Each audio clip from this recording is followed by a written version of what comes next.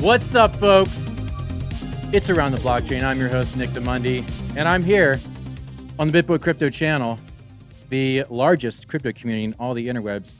If you like money and crypto, smash that like and subscribe button. We've got a fire show today. There are things happening all across the cryptoverse that, frankly, it takes the biggest minds in crypto just to wrap our minds around. So, what we've got here is we have an expert panel of crypto degenerates, crypto prophets, and just general crypto people. So first up, we've got the man who waxes his NFTs, his mustache, and God knows what else, Crypto Stache. Next up, wax it all, baby. Wax it all. Yep, nuts to butt. All right, we've got getting the band back together from Miami Crypto Expo. Rice, maybe? Question mark. Rice, baby. Crypto. That's right. In the house. All right, and this guy hacks crypto better than Richard Hart, Steve McGarry. Yeah. Right on. Steve, is this your first time on the show? It may third time. This is my second time hosting, so you know it's all kind of new to me. But what isn't new to the show is Joe Parys. Coming in hot. Joe Parys, friend of the show. Last minute. Yeah, last minute edition here. Really, you know what? We've got really appreciate the invite. Yeah. We've got a deep bench here at BitBoy Crypto around the blockchain, and so like Joe's always ready to go. Next man up, make that play. This is how we do.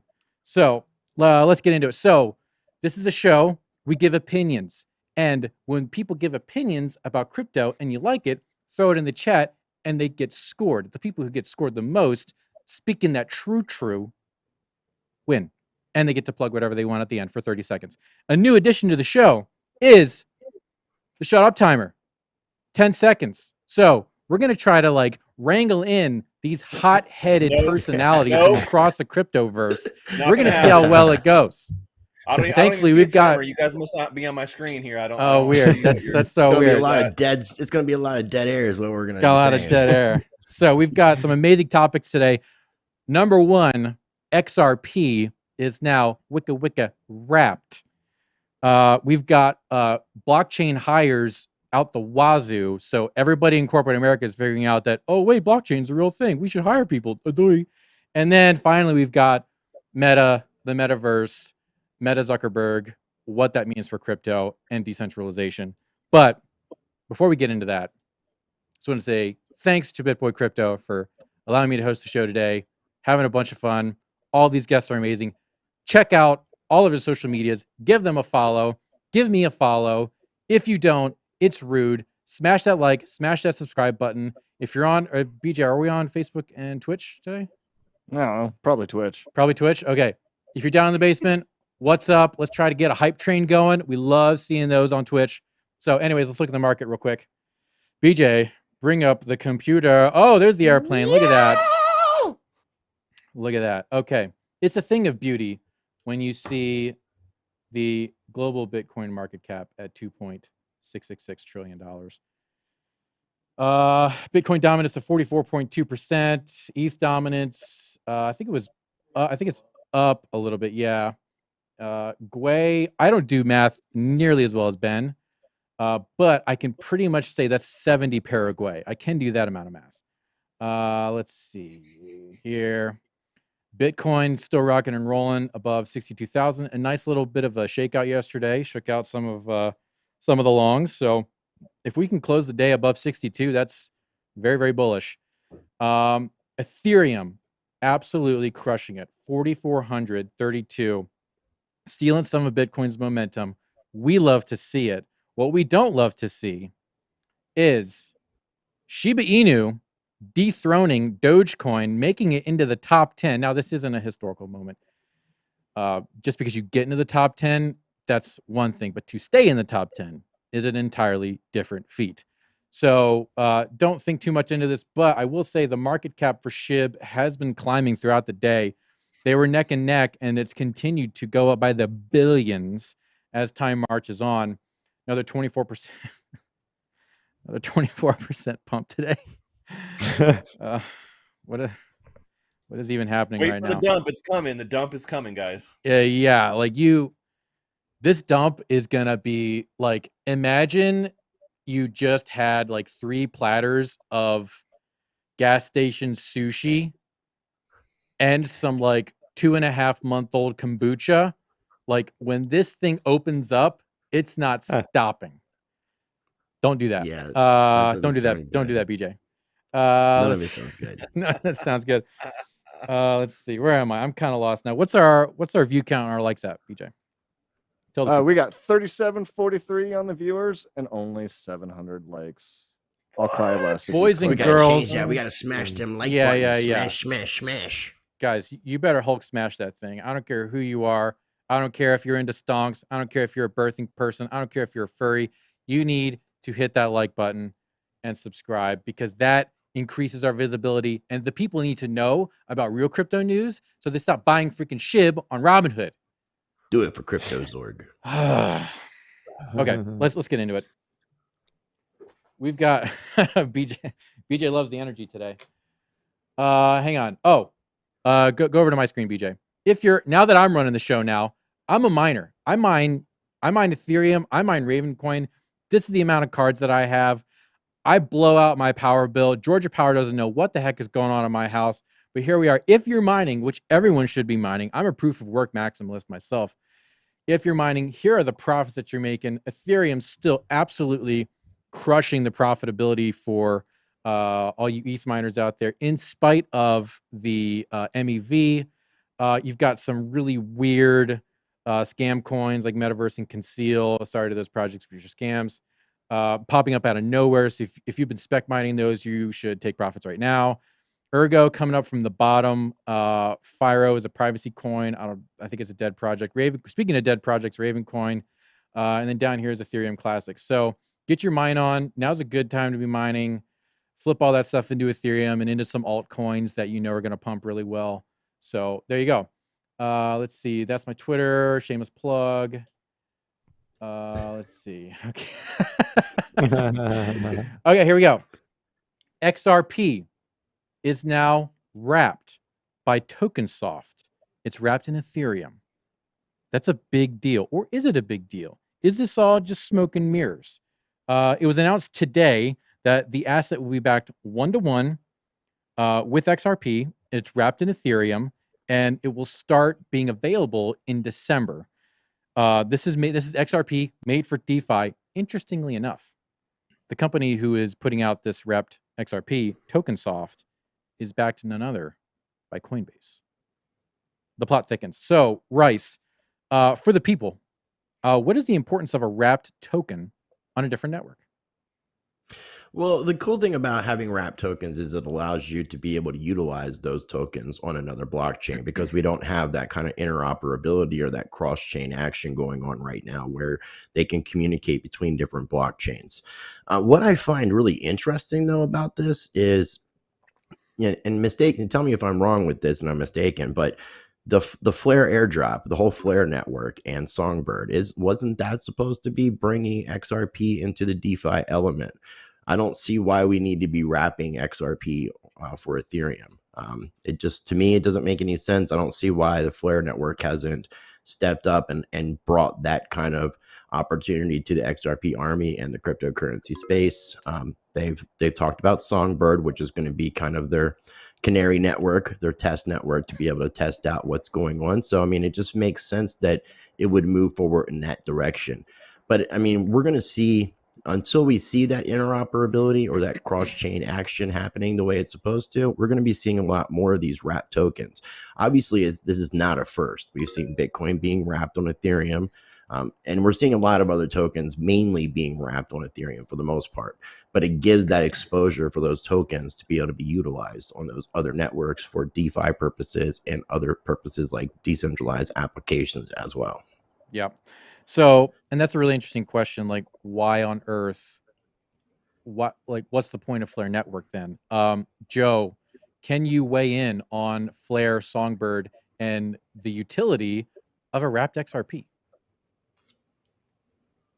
I mean, to be completely transparent, and thanks again for inviting me back on the show. I really do appreciate being here and being around all the other guests here. But the Flare thing, to me, I have no idea 100% what's going on over there.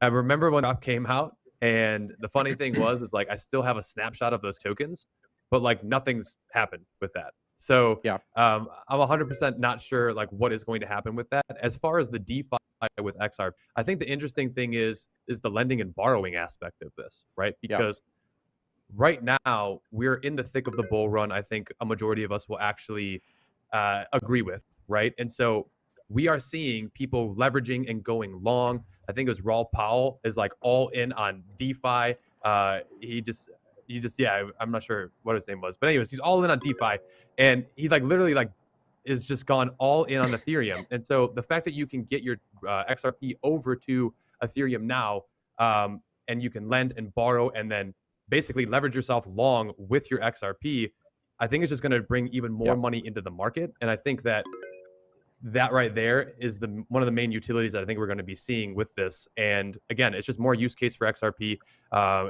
It's just more exposure in general. People are going to be like, oh, XRP is over on Ethereum. Okay, I can trade for this. I can buy for that. And yeah, it's just going to, I think, expand everything that's happening, more awareness. And I think it's just going to be an overarching thing that we're going to see with a lot of these other tokens moving forward as well. Okay, so great points. And if anyone has comments, like let's chop it up. Let's go a little popcorn style. BJ is hot on the mute button, so if you get out of line, we'll take you down. But if you got something to say, chime in, and I'll give you the floor. But for now, Steve, is this bad timing for an XRP DeFi play? Like what? So what are they thinking? I think it's a little bit of an attention grab for the XRP army because they're a pretty vibrant community. Oh boy! But the wrapped concept I think is a really powerful one for custodying. So they're backed by, like you mentioned, Coinbase, and not all custodians can custody every different asset out there. So if you're able to wrap and custody, it's just a new way to be able to pull in all of these new assets. And I love that it's on Ethereum. I'm so fascinated by what everybody's doing on Ethereum and with DeFi and everything. But I do think this article is very much like an engagement play towards the XRP army. and I like that it is, poking that community and everything like that. But, the company Wrapped is a pretty large organization that's wrapping all these different assets that different custodians can then get their arms around and bring them in. So I know they're working with Anchorage as well, the really big crypto custodian company. But overall, I think it's great news because it's just more people utilizing Ethereum for beautiful, beautiful things like wrapping. And excellent. Yeah, I'm excited about it. I did forget to mention, I thought that little bubble was actually wrapped about XRP, and that's what we were talking about. But oh boy, Stache. Look, does DeFi and XRP even make sense? And these guys are wrapping other tokens like Zcash and Filecoin. Is this maybe some way to, like, because it's wrapped in ETH, are they trying to get in with some sort of ETH ETF? I don't know. Like, if you're doing DeFi right now, are you like rubbing your hands together? Oh man, XRP, I can't wait. I mean, when it comes to wrapped XRP, the way I feel about it is, you could take a piece of dog shit and wrap it in a gold blanket, but that doesn't necessarily mean it's something I'm going to trade. Making friends. Making friends. With this kind of news, I mean, making friends with the army. Hey, I'll call them like I see them, man. I've never been a fan of XRP. The token itself, Ripple as a concept, as a company, there's some merit there, but it really doesn't have much to do with crypto in itself. XRP's scrambling. They're looking for something to, like, hey, do we have a use case? I don't know, man. Let's throw some DeFi in there, wrap the damn coin. Maybe we could do something with it there. It seems like, Flare Network really did not work out. Nothing's really been moving with that. Everyone was like, anytime there's some sort of talking point, you do see this XRP army like, oh, but Flare Network, and then nothing happens. Nothing happens. Nothing continues to happen. So, I mean, I feel like this is a little bit of grasping straws, and the wrap concept, I think, is a novel concept, but I also think that it puts a huge spotlight on the ineptness and the ineptitude of some of these, older blockchains. The fact that they don't have these cross-chain EVM compatibilities, really says, oh, well, we'll just wrap it and stick it on there, and no problem. Like now you're just adding more complication, more steps to the whole process. Instead of doing native DeFi aspects on your chain, you got to go and try and wrap the coin and stick it on some other chain. So I think it also puts a pretty big spotlight on the fact that that there's still a lot of work to be done on the cross-chain compatibility sector of things, and obviously, these coins, they want to take advantage of the fact that Ethereum is red hot right now. That's what this is really about. They're trying to steal a little bit of Ethereum spotlight right now, and a little bit of that rocket ship fuel from Ethereum, because as you guys can see, man, up 10+% today. We're all on that ETH train, and that thing is going to the damn moon, man. Where it's going to be like a train with a rocket ship attached to the back, and then it just goes straight up. And that's where we're going, and everyone wants to be a part of that. So I think that's really where this play comes in. It's not going to be something that's going to be super used, in my opinion. There's a lot of other better DeFi coins out there that you could be using. Yep. Thank you, Stache. Well so said. that's kind of the thing. Like, is anyone really in the mood to spend $50 to trade your XRP or put it in DeFi? Like, if it's on Ethereum, like the gas fees are insane. Why wouldn't you wrap it in literally any, like wrap it in Polygon, like literally anything else, like Solana, Cardano, like Binance Smart Chain would make sense, especially since Ripple and XRP itself I consider to be a centralized cryptocurrency, or even but they're mortal enemies. They're mortal enemies. They'll never do that. It would make but sense at least I guess now you can do something with XRP. Maybe that's the hey, look, we can actually finally do something with it. Like they're just pissed because they're seeing like Cardano, you can do things with it, Solana, Ethereum, like all these other coins. Even Shiba, which I hate and I don't give a shit about, but like at least they're talking about I don't coming give out a with shit NFTs about it. and NFTs and gaming and stuff like that. So I mean, there's something. I mean, and just XRP is just like, I don't know, what do we do? DeFi, I guess. What do we do? So You're okay, behind. look, if you work for Flare Network or Songbird, and you've got something to say, like reach out to the channel, come on and explain yourself, because like explain it. Like we need to know these things. We can't just rely on your Twitter to tell us what's going on all the time. Like we need that inside information so people can stay engaged with the project. Like, so XRP Army, get your Songbird people, get your Flare Network people to reach out to the channel. We can have them on and have a conversation. So BJ, are you able to pull up the chat a little bit more for YouTube so I can see it? Yeah, if it's possible. A little bit more visibility on that chat. Oh my God. Okay. Oh, fantastic. So next up, blockchain hiring skyrockets. So LinkedIn reported crypto and blockchain job listings have surged 615% since August of 2020. Traditional financial institutions like JP Morgan were among the top employers that were looking for roles in the digital asset space. Financial services firms were expected to hire more than 3 times as many staff with digital asset experience than in 2015. Well, that makes sense. What was even happening in 2015 in crypto? This just follows the trend of Google and Facebook and Amazon hiring more blockchain positions. You can pull that down. Thank you. So, open this up to the floor. Has anyone here, raise your hand if you have hired a blockchain developer? Okay, Stache. Right. Oh, wow. No, okay. I'm all right. lying. So I'm lying. all right. Steve, can you tell us like how you found them and what that process was like?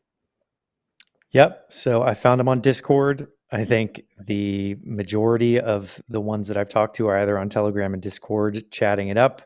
I've met quite a few Rust developers as well on Discord, and a lot of really incredible Solidity developers are on Reddit, but I've never met one from LinkedIn. I have yet to search around there, but hired somebody through Discord and Telegram.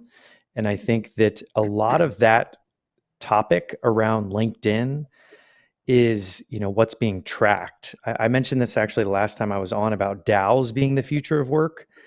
The kind of meta engineers are all going to work for DAOs, putting proposals in where they get like a year's salary or 6 months salary to develop. And that's not being tracked here. So I would guess that 600% is actually like a 12 or 2000% increase, because you have people that are going to all these projects individually. They're not going to like a LinkedIn job listing, because that's not where most of these people are. The majority are on these kind of fringe sites looking for active communities like your Pi DAOs and all these different types of decentralized communities. So it's a great number. I like that LinkedIn is tracking closely and trying to get some talent going over to LinkedIn, where I say, oh, there's a lot of listings there. But I do think that a lot of this is taking place in these communities, kind of siloed on Discord. So if you see a project you like, jump into their Discord and ask them, what's going on. If you're a developer out there, Yeah. they're few and far between, making, $500,000 a time. Yep. So yep. hot commodity.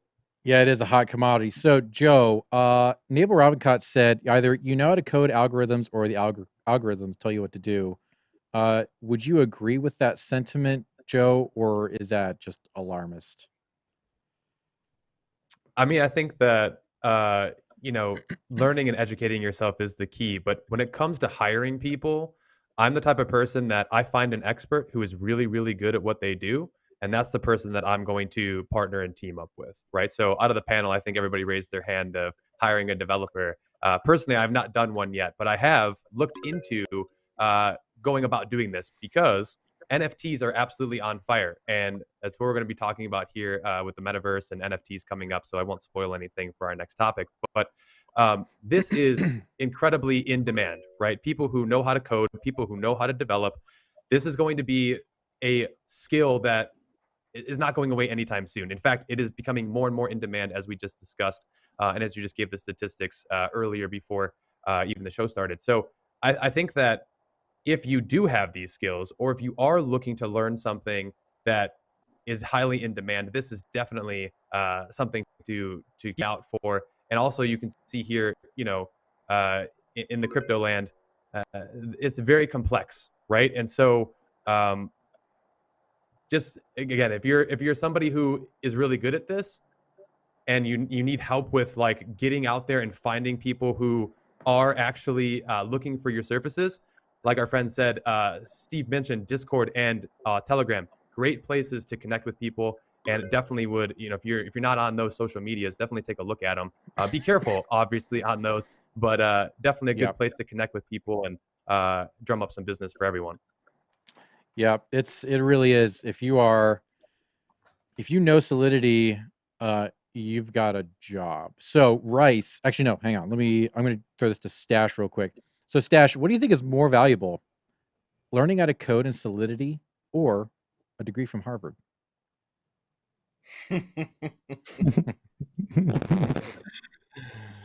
Oh man, that's a bit of a trick question. I think that they both have their use cases.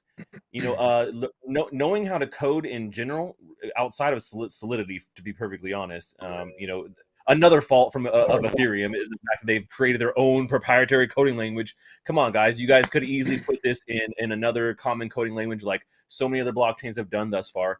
But I digress. I would say that the best thing that a Harvard degree does for you is the connections and being able to say that you went to Harvard. Like that can open tons of doors. Now, being able to code Solidity is a high demand, talent right now, high demand skill. So it really depends on what you're looking to do in the long run. Being a coder, if that's what you're going to be focused on, I think it makes a lot of sense. and so I don't know, like what's more. In the long run, I would say maybe really it's probably the Harvard degree, because of how many doors it can open. Like I said, Solidity is one specific language. If you're just a general coder and you can really adapt, I think that's a lifelong skill that can be applied in so many different ways. But that does put you in worker position. Just you got to keep that in consideration. If you're a coder, you are not in a bad way, but you are a tool. Not a bad tool, like, oh, you're a freaking tool, but like you are a piece of the cog, right?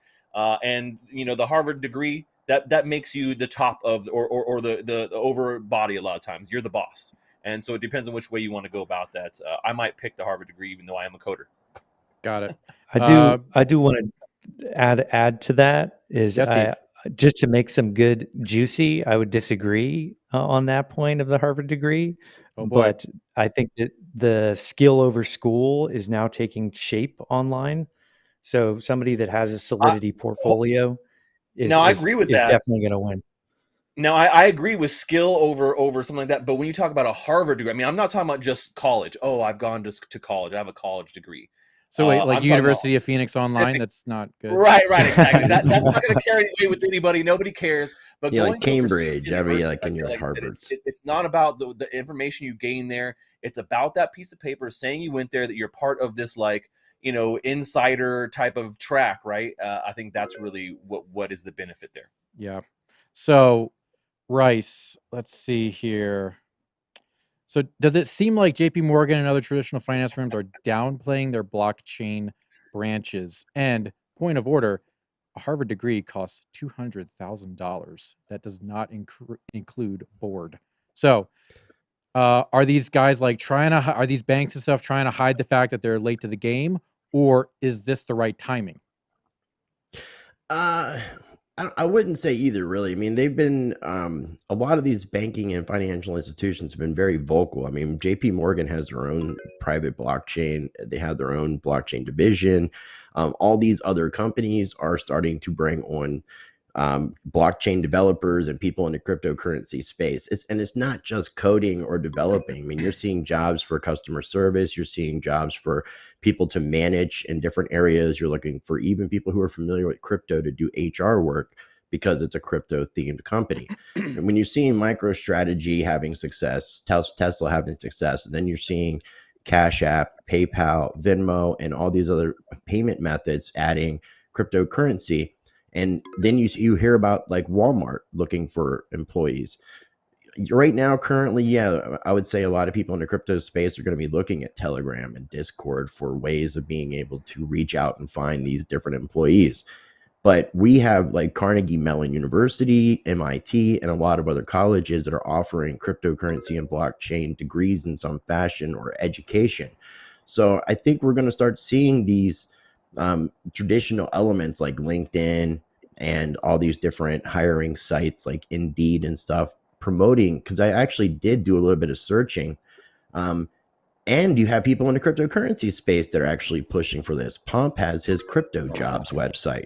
So I mean, this is a big commodity, and anybody who's been in cryptocurrency for a couple of years can translate their everyday normal skills they've had prior to cryptocurrency. If you were a customer service person, I mean, there's exchanges like Kraken and lots of other different firms that are looking for customer service people that are knowledgeable in crypto and blockchain. So I think it's also for these companies to stay relevant as well, because we are advancing.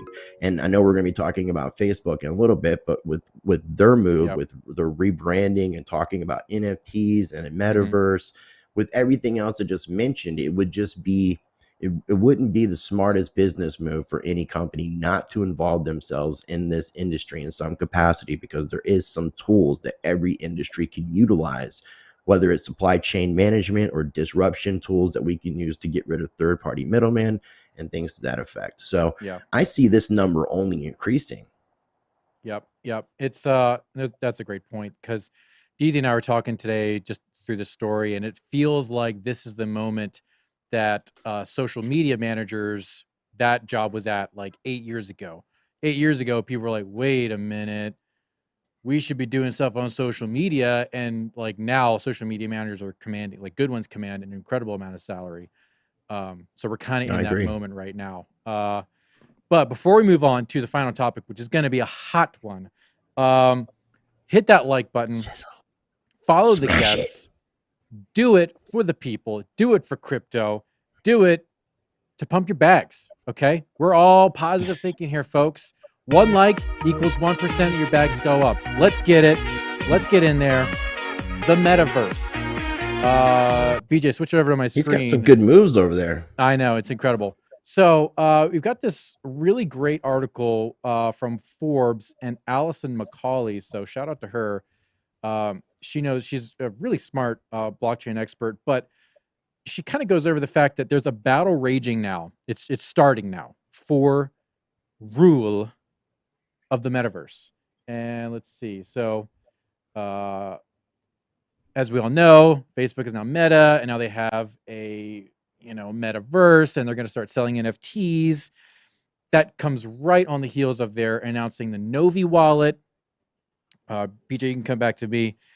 And obviously, Facebook Marketplace is going to integrate perfectly with an NFT marketplace. So watch out, Coinbase. They already have a stake in the metaverse with VR. So you see like VR chat and other metaverses already populating in a Facebook-centric, centralized manner. Joe, is it inevitable that the metaverse will be the first major centralized blockchain that gets, when I say major, I mean like it's in the public mind? And is there room for a decentralized metaverse? I definitely do think that metaverse is coming. I think that it's going to take time for it to develop, and we are so early to this whole concept. Like, it's kind of mind-boggling to think about like what is possible. I remember there was like a TikTok, and it was basically where like people had glasses on, and you would walk around like our world here, and then you would look at somebody, and they would be wearing digital artwork, and it was like a way that you could flex like your shoes, or like it was all like in this metaverse kind of thing. And it was like, I can't believe that we're even thinking like this, and that we're actually going to be moving towards it. I do think that it will happen. I do think it's going to take some time though. And the fact that we're so early to this and we're even talking about this is really, really insane to me. It's exciting as well, because you're seeing, and again, I'm going to go back to TikTok. There's one of those games where you put the goggles on, I think it's VR, and they're like slashing at the different cubes and the blocks. And it just is so engaging, and it's so real that it's kind of scary a little bit to think that like we're going to be throwing these headsets on, and all of a sudden, these things are going to be as real, if not, even more real than our real reality. And, going back to NFTs and how this is going to tie into everything, and why Facebook is even moving towards this, is I think Zuckerberg can, he's got to, he sees what's going to happen next, right? And he kind of saw that with Facebook, and he kind of saw like what people were looking for, and was able to meet that demand early. And that's kind of why I think he's doing that. And so it's going to be really interesting to watch it develop. Really exciting times. But I do think it's definitely inevitable, and it's going to be happening probably before. Mark Zuckerberg is an android. That's why he's able to analyze these. That's why he's able to analyze these things. Analyzing. So, speaking of analyzing, Stache, who has the most ground to make up when it comes to metaverse dominance? Is it Amazon? Is it Spotify? Is it Google? Is it Apple? Who is going to be playing catch up in the next few years? Spotify, Google, or Apple? I mean, Spotify doesn't even, they don't even belong in that list. But Amazon, Apple, and Google all do. Spotify is they're not really in that whole thing. I mean, I would say probably out of that list, I think that Apple's probably going to be the one that adapts the slowest. They have, whereas they've had an edge here, those days I feel like are a little bit gone now, man. They've had this really great, trendy support from people. But I think that in general, like, they just haven't been innovating, right? They've just been kind of riding on the same old products, releasing things, not really doing a whole lot of innovation. Google can easily do that, with the massive amount of everything they have. Same thing with Amazon. And we already see Amazon, creating games. I've been playing a lot of New World, which is the new Amazon MMORPG. And and that's our first big release of a open world video game. So I think that it will really be between those two. I think Apple will be far behind, but there are already a bunch of really great metaverses out there that have really led the way with this. Decentraland is essentially what I would call one of the OG NFT enabled ones. But I mean, even farther before that, we've been doing this in gaming for decades already. You look at things like Second Life, where people have been living their lives in there, the Sims, and every other MMORPG out there. I've spent countless hours as my digital avatar in these games, spending money, hanging out with friends, doing community events. So I think all of these platforms, Meta, aka the social media platform formerly known as Facebook, also has a lot to catch up on, even though they have a ton of resources. I would love to see something like Decentraland really win out here. Being a decentralized entity, or at least closer to it than something like a Facebook or Amazon or Google is going to put out. So got it. So Steve, who do you think is going to be the first demographic to embrace the metaverse. Everyone's just assuming that it's Gen Z and the aforementioned generation that's happening right now, not Gen Z, Gen Alpha. I forget what they're called. Who do you think that's going to be? Are we missing the point? Are they gauging it to be too young? Is it older people? What do you think? Yeah, good question. I think that Zuck, he has touched all these different generations. Like he's got the boomers with Facebook now. He went for the millennials with Instagram, and he's aiming for the metaverse for Gen Z. And I think that being digitally native, Gen Z is going to value things higher that are digitally than physical. So people are going to start doing things in the physical world just to make them digital. And something like, what Stache touched on is great, that there are metaverses out there already in a decentralized fashion. And this news with Meta being the new brand, I think is going to pump the sandboxes, the Decentralands, and all of the actual decentralized projects, because people are starting to research it, just like Libra, where it was going to bring people to the ecosystem because they're like, oh, actually, I despise centralized power like Facebook. I think I'm going to research a decentralized option. And I totally agree with Stache that there are metaverses that exist. Me and him actually have been in the first multiplayer experience in Sandbox together. Sandbox, baby! That's right. So we host a weekly event, Sandstorm. Definitely be there. It's Sweet. inside the metaverse. But yeah, I think it's overall good news. I've been trying to think of how it's bad, but it exposes centralized versus decentralized, in my opinion. Yeah, it really does. So speaking of that, Rice, give me your take. Is this a smokescreen for Facebook to find a new company to acquire, to find a younger user base? Because we all know Facebook's core user base is aging rapidly, and they are desperate to get into a younger audience. Is this all just smoke and mirrors? I don't necessarily think so. I mean, I think that this is all strategic moves on Facebook's and trying to stay relevant. Also, between the whistleblower and all the information that's been coming out over the past few years, is the Facebook brand is starting to become very tainted. So, trying to rebrand themselves and get away from that, and then make it all exciting about the metaverse and NFTs and crypto. We just still got to remember to remind people, especially the younger generation, because those are the ones who are going to who aren't going to remember all this negativity, all this spying, and all this information collecting that Facebook has been doing. And when you mentioned earlier about age demographics, something that I found out recently that really surprised me is the fact that older people, and I'm talking senior citizens, are really starting to get involved in gaming. I've been hearing like old folks homes, it's a pretty big deal. Like you might go in there and see a lot of people playing games. So a lot of older people are starting to take on to that. And basically, I would also agree, because Stache is the expert when it comes to gaming and the aspects of the metaverse. He's got around the metaverse, like we're doing around the blockchain. He was very forward thinking on that. Decentraland is a project that I've been very, very gung ho on and bullish since it started. Yeah, man. And it reminds me kind of like the Fortnite vibe. But yeah, the metaverse has always existed.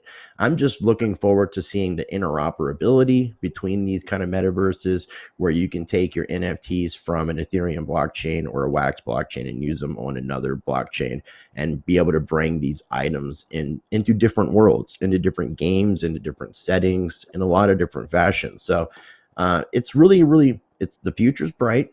But we also got to make sure that in this particular instance, that with Facebook doing the rebrand, we've got to make sure that we're keeping that awareness of what Facebook has been doing and what they're probably going to continue to do. They're just trying to, the smoke and mirrors to me is trying to put up the flashy VR world, metaverse, NFTs, crypto, and make everybody forget about what had happened. Just like everybody's talking about Alex Baldwin shooting somebody on a set. And in the meantime, we have issues going on with the supply chain. So it's like our attention is being diverted to the wrong places. Yeah, it's all a diversion at this point. So that's all the time we got. And congratulations, Joe Parys, to winning You go, Joe. this round of Around the Blockchain.